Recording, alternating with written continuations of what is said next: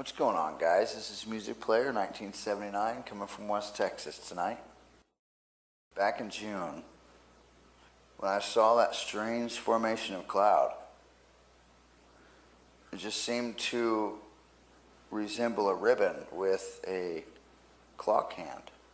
Throughout the 2.5, 3 hour time of watching this strange formation, the long hand of the clock went from 5 to 9. I'd never seen anything like it. And I told myself that had to have been the strangest cloud that I'd ever seen. I was already in the knowing of something far beyond anything that we could ever imagine being possible. These were orbitals going around something primary. When I seen this, I noticed a solo object at the very end of watching this. It was about 7 o'clock or so. And as I watched this object dip down from the southeast over to the southwest, I could not believe my eyes on what I was seeing. I realized I had had a hard day. It's like any other person. I was ready to go and retire. But when I saw the face of Jesus Christ, I just couldn't believe it. I asked my wife to come and observe this down in the south with me. And I had asked her, babe, do you see this cross, this beautiful gold cross in the sky with what resembled to be Jesus Christ on it? She said, yeah. I lost my best friend that night, soon after discovering the cross in the sky. And I miss her very much. She was half pit, half lab. Her name was Lulu. I kept seeing these stories throughout last year, and in each one of them, it resembled humanity. It resembled the form of us. One of the first visions that I had, and I'm going to tell you they're visions because you're awake. You're completely coherent when they happen. You're not sleeping. You're fully aware of what's going on around you. And to me, I take that as a vision. I was out back in my backyard last year. Beautiful day, 80 degrees or so. I heard this jet sound, and it became very, very loud, almost a fiery, crispy sound. And it was so loud, it scared me. It made me look up. And as I looked up, I could see an object straight above me heading out towards the due west side. And as it traveled, it split the clouds. And it was moving very fast. My mom, she was working across the lake that day. And I needed to call her to comfort myself because of what I had heard and seen. It devastated me so much, after all of what I had been going through. And I had asked my mom if she had heard it. She said no, and there was no way that she couldn't have heard it, because it was only 1.5 miles away. There's no way. I just couldn't believe it. So I talked to a couple of good friends of mine that brought me back into where I needed to be, in my life. I needed to have some kind of structural balance pertaining to my everyday workings in my life. But while talking to the two good friends of mine on the phone, they prayed with me, and I just, I really needed that. And I definitely still today appreciate that because I was so just traumatized on what I had seen and heard. A couple months passed, and I was still seeing the system, of course. Beginning of June, 2013, it just, from then on, God just kept touching me and showing me what he wanted me to share with the world. I don't have any credentials. I'm a ranch hand, family man, a husband, a retired military veteran. I don't bring much to the table, but I have fought for my country. So that gives me a right to speak my mind. I need to tell the world what's taking place. Even though it may sound silly to say it even to me. But it's vital. It's very vital. We've been feeling this shift, this change that's been taking place around the world for a good 40, 50 years. There are many, many things, devastative, that have happened in this time frame that sets precedents for what's going to take place. And this is just the beginning, guys. I always feel that I repeat myself over and over again in my videos, but I think it's important because if I catch that new person, that one that is just curious, just remotely, that I might be able to grab your attention. And maybe you might see something.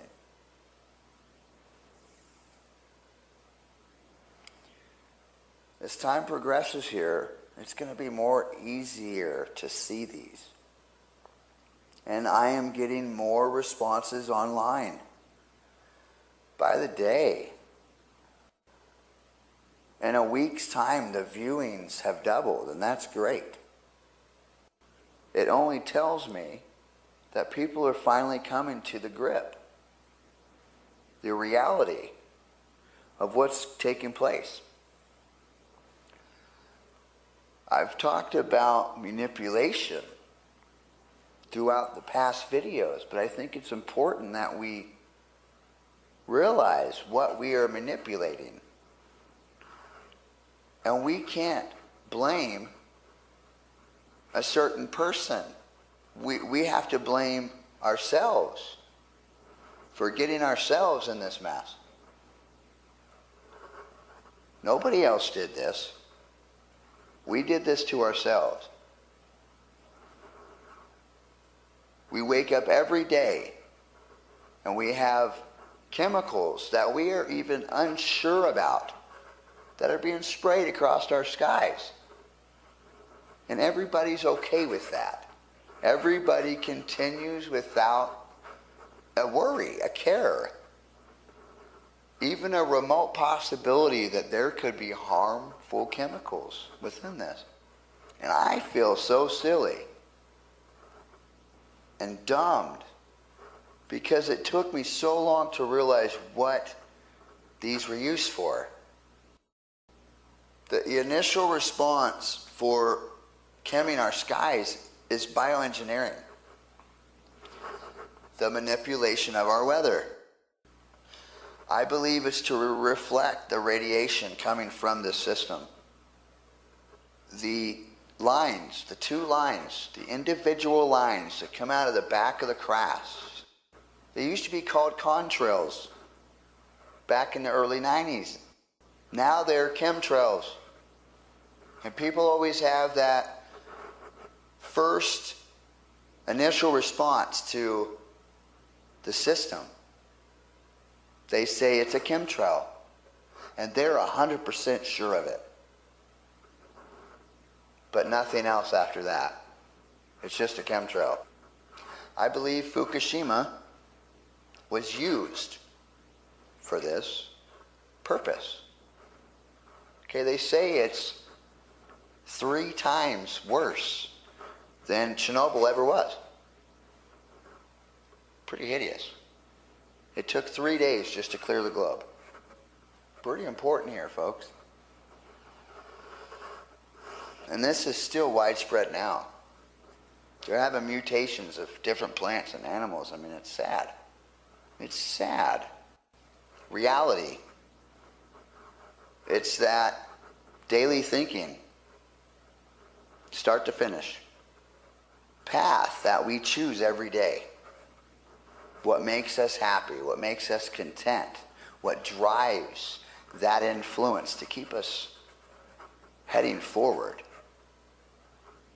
to the next phase, or whatever we're going to continue with. But it's what we do, it's the programming nature. It's that influential clause that's created. It's because minds came together many years ago and knew that this system was inbound. So they had to create many avenues. They had to create many things to take us away from the influence of where we came from. You know, Mother Earth, the dirt. Sure, we've got astronomers, but everybody used to be astronomers.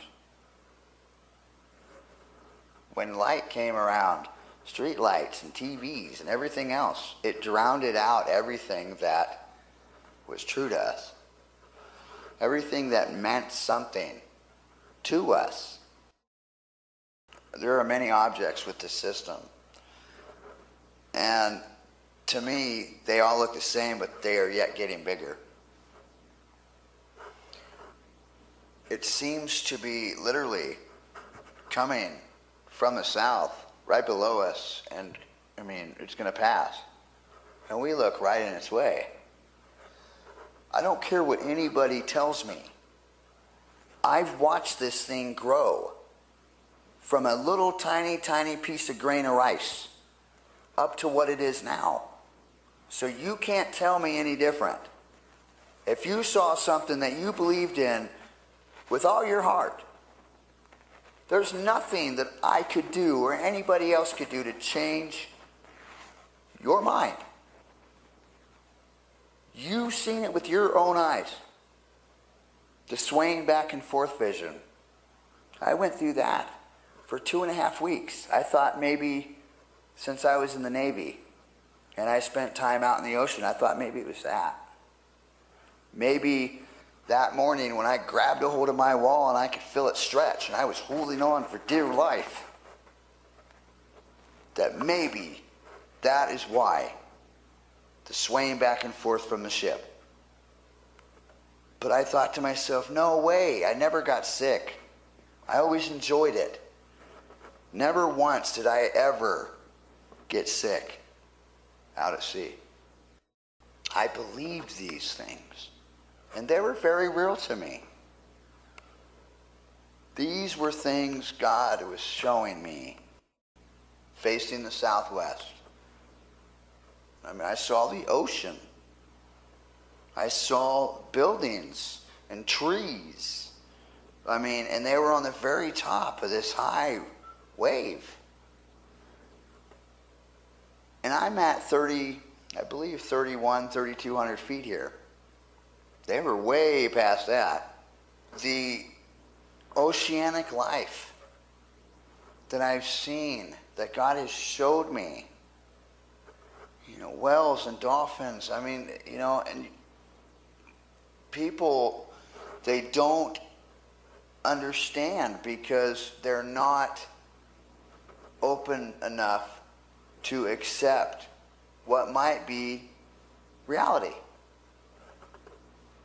I mean, we've got to think that we put everything that is not, that we don't believe is true into the sci-fi category. Okay, and it has its own special place in the library. You know, I remember asking, hey, where's the sci-fi? It's right over there in the corner. It's got its own place. It's over in the dark area. Because most of those stories in those sci-fi magazines and books are real. August 21st, 2012, while walking my cousin out to his car by my gate, we both stood there at the fence and we were talking, and all of a sudden I seen a very bright light flash from the north, and it drew both of our attentions to it. As we watched this beautiful craft swoop down at a 90, all taking no more than 7 to 10 seconds. I couldn't believe the structure of it. The first initial reaction was there was no way our military could fly something like this. As it came down, it had a large black dome, very large. They did not want us to see in it. That was very apparent.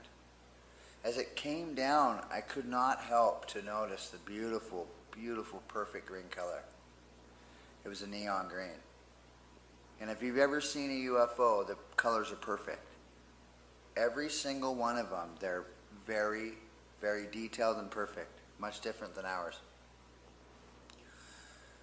And as it come over, and I started looking at the green lights, I noticed that they were emitting from circular areas that were within the bottom of this craft. And it stretched from one side to the other. And within that circle, each one of them was a beautiful metallic metal, and they resembled sickles, as if icicles were to form on the edge of a roof, how sharp they would become. And all around that circle, it was like that. Very, very detailed and perfect. On the right-hand side of it was a hook. And it was a decent-sized hook. I thought maybe a docking mechanism of such. But this craft was large. I bet you it flew 300 feet above me. It scared the holy bejeebas out of me. This UFO was very fighter-like. It reminded me of watching a Star Wars flick. Couldn't believe it. People that say UFOs make no sound, that is incorrect. This was very loud, and it rumbled the ground. After witnessing what we had witnessed that night, it took me 2 weeks to go outside after that. That traumatized me so much. You know, it made me feel like a child again. But as I came to the grasp of we were not alone, and the factor that, and the reality that the military could be operating these crafts,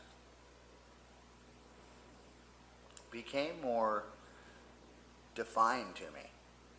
I wanted to find out how many were here and why. At first, when I started going outside, I did it a couple hours a week. And then it became a hobby of mine. I started going out a couple hours every other day. And then it became an addiction. I started going out every night for hours on end. I couldn't get enough. I thrived to see them. It became a part of me. And at first, I noticed out of the corner of my eyes these objects, but yet when I'd look at it, boom, they'd shoot off and they'd be gone. And I thought I was going crazy there for a while. April 7th, stepped out my front door after watching a bright light in the south, and it finally flashed, 5 minutes. Went out with my camcorder and shot towards the south at one white primary object that turned to 2 whites and 2 red primary objects. I couldn't believe what I was seeing at this moment. I was stunned. I had been waiting for so long to catch this on camera to show the world, because I kept asking, you know, show me. I want you to bless me with your presence. I wanted to have the same respect, you know, of them as they were having for me. And I constantly said that in my mind. And I never spoke out loud. It was always within my mind's inner self. After watching them pass, I had this urge to turn my camera around towards the south. And within seconds, I was bringing the camera back around towards the north. I mean, within 2 seconds, 3 seconds. And they had changed completely from 4 orbs to 2 prominents and 2 flashing simultaneously. And it resembled a butterfly, almost.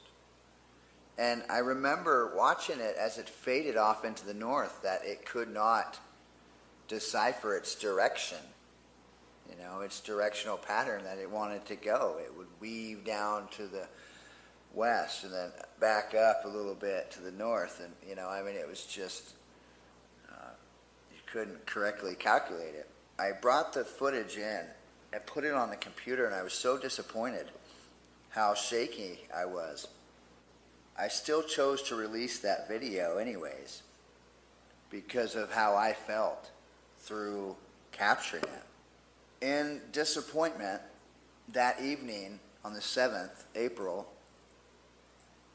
I went outside, and as I was speaking in my mind, I was telling them, you know, I was so upset, you know, I wanted really to catch you and how beautiful you were in every form and how you guys worked together and moved to create what you created.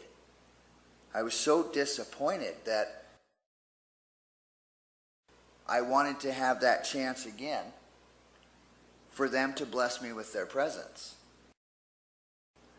And no more than 2-3 minutes later, after telling myself that and concentrating on them, out from the southwest over to the northeast come a very bright light, very beautiful and full, pure. And this object, it was amazing because it understood how I felt, you know, and it went slow for me. And as I captured it, I couldn't help but to say thank you, you know, for giving me the pleasure of showing the world your beauty.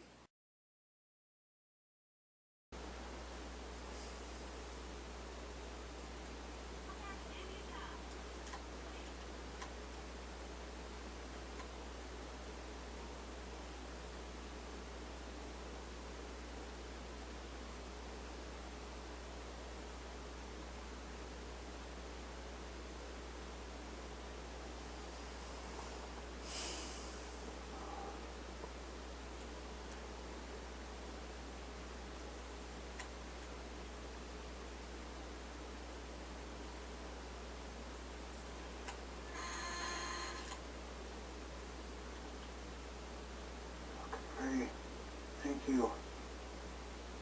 Thank you very much. Oh, it's beautiful. Beautiful one right over me. Just like this morning, folks. Oh, I hope I'm doing better. It's kind of a bummer I did that this morning. My God. We need to show the world these things. People need to know that they're there. There are beings from other dimensions. It's so awesome.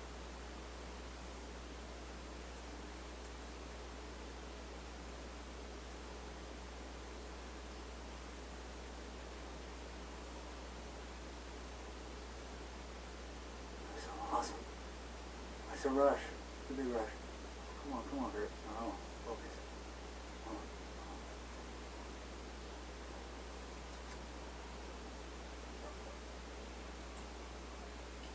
That's my roof, baby. That's my roof, baby. That's my roof, baby. Oh, yeah.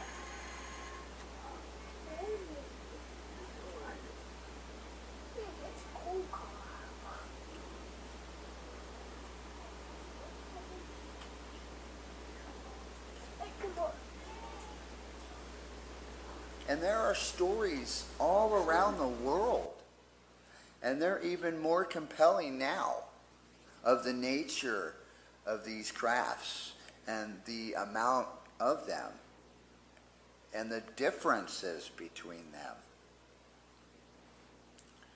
No matter what anybody thinks, there are billions and billions of creatures, of civilizations that are like ours.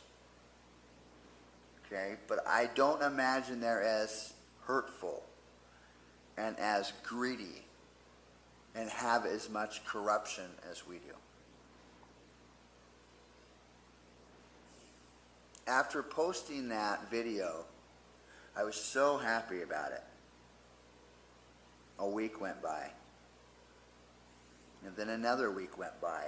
I kept doing what I was doing.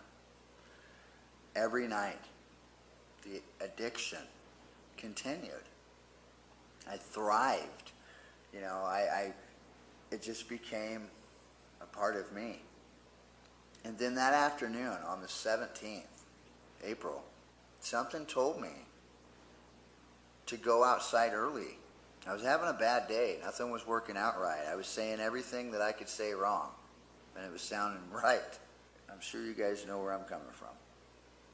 But as I sat there in the chair and I turned my camera on, I looked out at the sun, boof, I seen a flash. Wow. And then right away, up in the top 45-degree angle towards the southwest, south of the sun, okay, as it's going over you. As I looked at this light, I thought it was a UFO. And I went, thank you, because I had just asked moments prior to turning on the camera, show me, you know, show me where you live, show me where you're at, show me where you come from. I always ask that.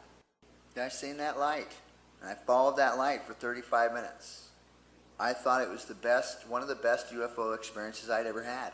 And then all of a sudden, it had a differential and change. The prominence in the background became visible, and the brightness from that object became secondary. There was a larger object behind that. But it wasn't only that one. There were three in front of this big one.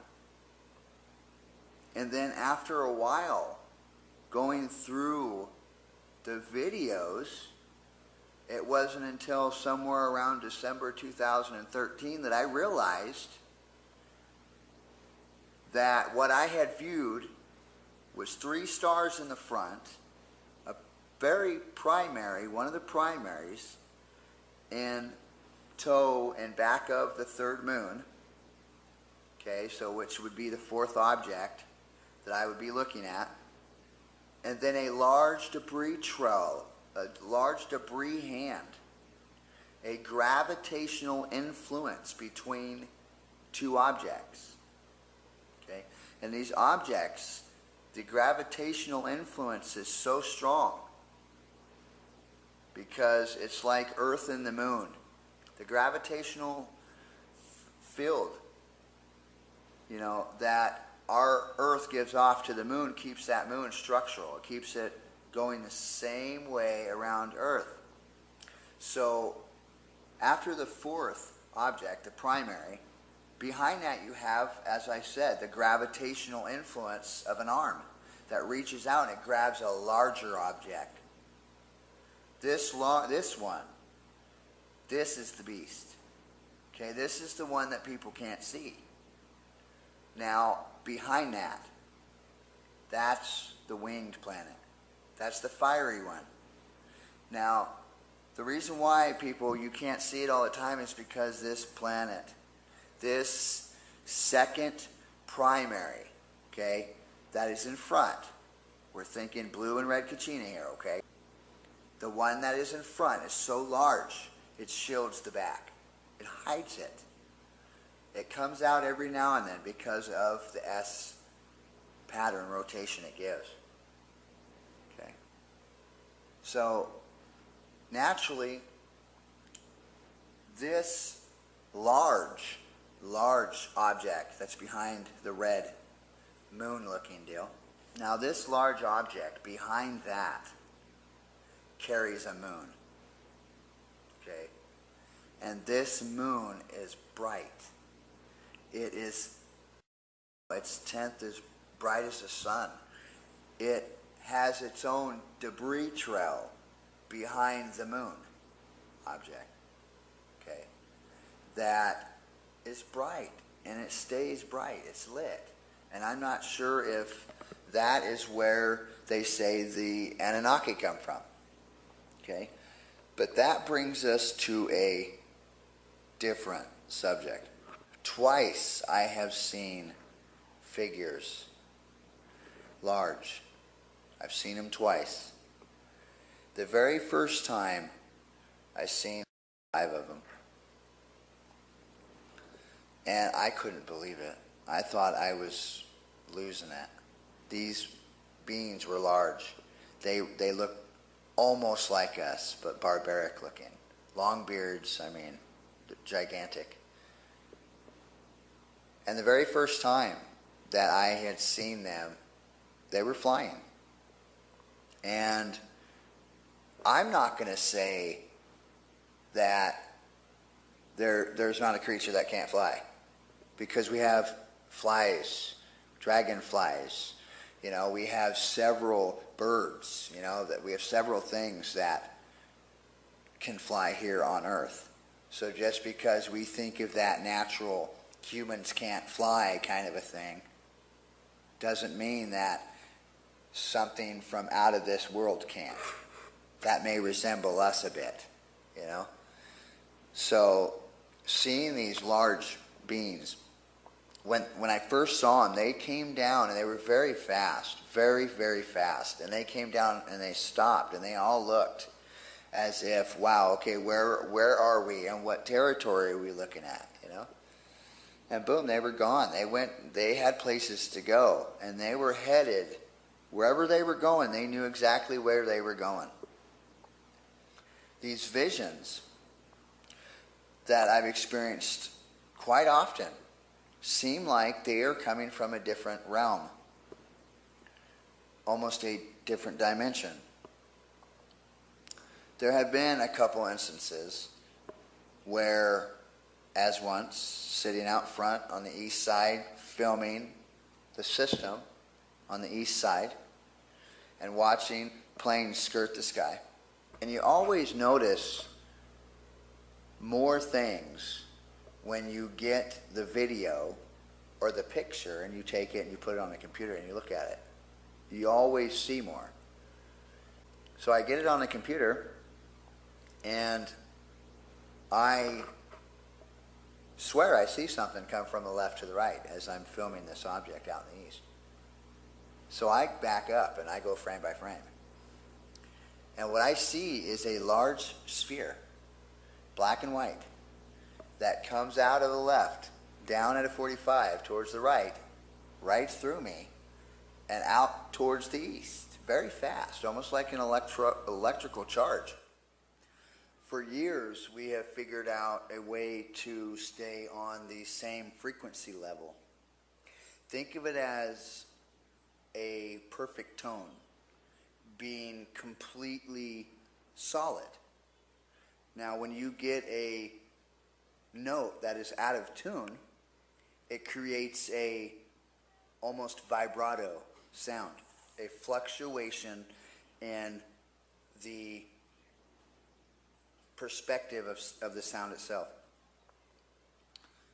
And for years we've had this certain tonal vibration that we have our frequencies on, and it works with everything.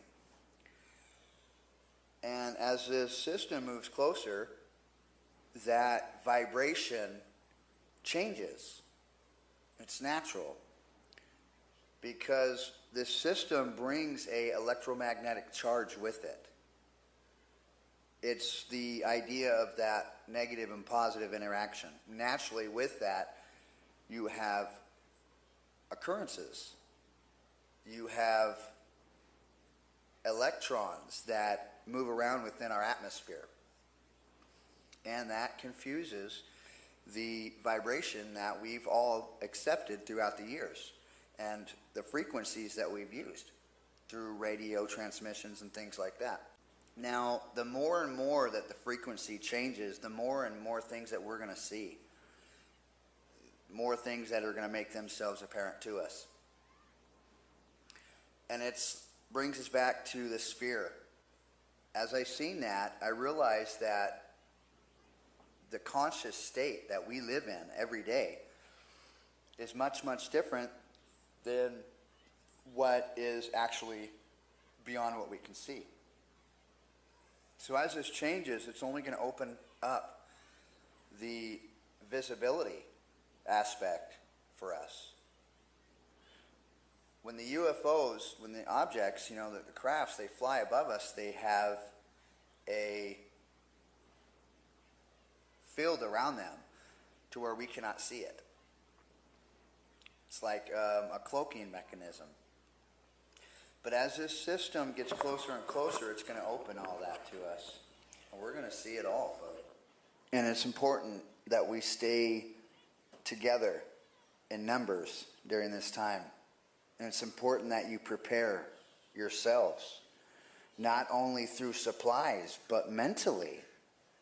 This is nothing that we've ever experienced before. And this, guys, is going to be very fast.